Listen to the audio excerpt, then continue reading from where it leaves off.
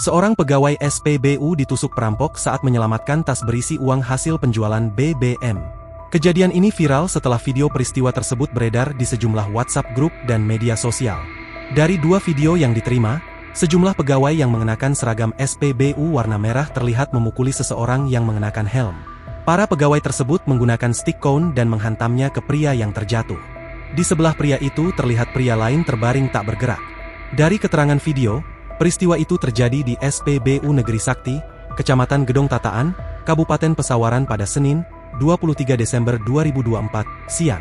Rizwan, salah seorang warga yang berjualan di dekat SPBU mengatakan, video itu adalah peristiwa saat seorang perampok dipukuli karena merampas tas berisi uang hasil penjualan BBM.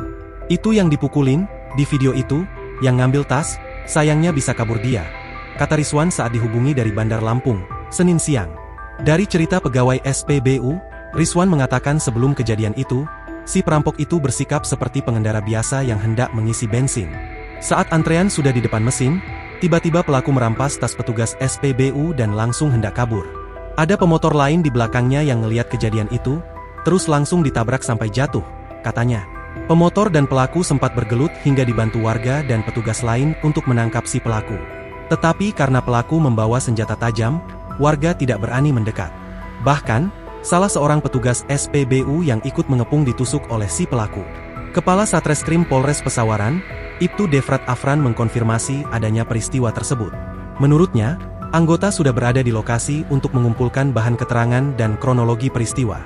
Benar, masih penyelidikan.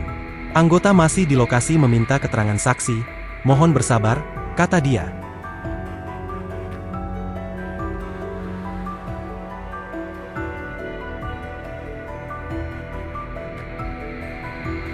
Download Tribun X sekarang, menghadirkan lokal menjadi Indonesia.